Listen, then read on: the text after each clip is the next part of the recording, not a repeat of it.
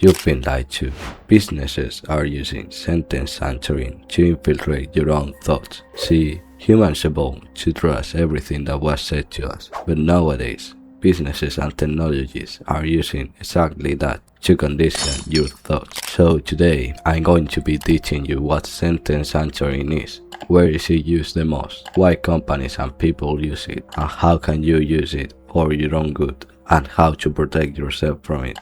In the 1970s, psychologists Amos Tversky and Daniel Kahneman discovered something. They realized that in a random wheel where a group of participants got a higher number, they guessed higher than the group that got a lower number. In simple terms, answering is the human tendency to rely too heavily on one trait or piece of evidence when making decisions. People make estimates by starting from an initial idea or value, and that is why people get conditioned to buy what they don't want or to be a person they are not. Sentence answering is not just a dark psychology trick, it is used daily by the biggest company completely without you noticing. Many retailers, including Amazon and Walmart, put two prices on product. The original non-discounted price as the answer and the discounted offer below it. When you see it, you feel like you're getting a deal relative to the answer, but not relative to the actual market value. Consumers see the discounted price as a better deal when paired with a higher reference price, even when the original price was never actually applied. And it's not only in retail, it happens in salary, negotiation, real estate, legal and court sentence, and all types of negotiation.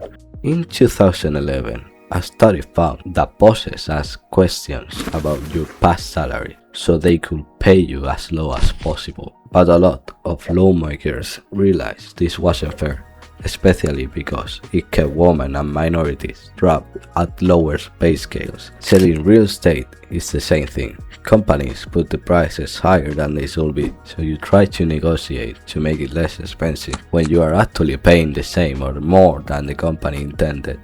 And finally, the first number that gets dropped in a conversation creates an answer for a whole negotiation, and this is where it's more commonly used in our modern world. But then, if companies use it, why do they use it? And why do people choose? Answering bias conditions our thoughts and make us guess higher or pay a price higher than the original. And it works even when we think we are too smart to fall for it. Imagine you are looking at a house and someone tells you this house is worth $1 million. Even if that number is totally wrong or made up, your brain sticks to it like glue. Later, if you try to guess the real price, you will still guess a number that is really close to that first $1 million number, and the company will make more money that could have been lost if there wasn't an answer. But why do people use it if it's perceived as incorrect and dark psychology? Because people don't care about you, they care about themselves, about their own comfort and their own progress, and you'll be surprised that even the people you love do it. It's a survival instinct that was created to trick people and survive in worse times. People use emotional answers to change how you see a bad situation. When your boss says things are tough before giving you bad news, they are planting a seed of sympathy. They do this so you feel bad for a company and accept less money or more work without getting angry.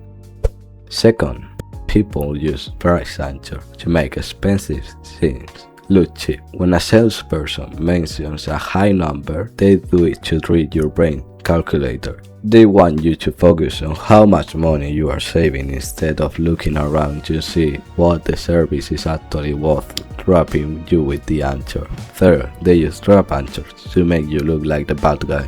When someone says they don't want to start an argument right before saying something mean, they are setting a trap. They do this so that if you get mad, they can blame you for losing your temper. And finally, they use identity answers to lock your behavior in a box. When someone calls you reasonable or nice first, they are doing it to take away your power to say no. They do this because they know your brain would rather agree with them than feel like the mean or difficult person. In all of these cases, people use sentences to quietly rewrite the rules, so your own brain forces you to cooperate with them. If you want to stop letting people rewrite the rules of your life, hit that subscribe button right now, because on this channel we break down exactly how to spot this mind game before they spot you.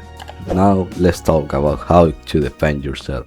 So, how can you actually protect yourself and use it on your own favor? When people use answer sentence against you, they are trying to trap your brain in a specific spot. The good news is that you can break that trap using 2 simple tricks before they even speak. First, set your own boundaries early.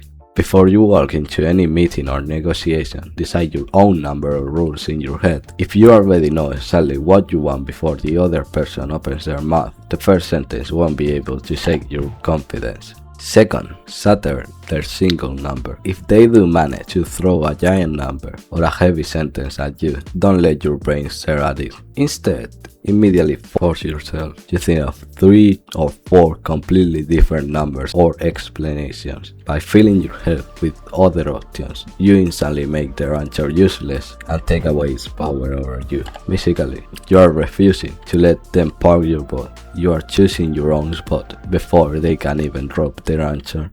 Now we know how to defend ourselves, but how can we actually use it for our own favor? When you have to be the one to speak first, or if you need to fight back against someone else's number, you can use these 3 specific rules to win the game. First, aim high but stay real. If you are the first person to state a number, you want to pick a starting point that gives you plenty of room for bargain. If you plan on getting a $50,000 salary, say you're looking for a $70,000 salary, don't make it so ridiculously crazy that the other person thinks you are joking or walks out of the room. You want to push the line as far as you can while staying believable. Second, use exact numbers instead of round numbers. Instead of asking for $300, ask for $287. When you say a precise number like 287, it signals to the other person's brain that you have a specific smart reason for that exact amount. It makes you look like an expert who knows exactly what they're talking about, so they are much less likely to argue with you. Third, hit back immediately if they drop an answer first.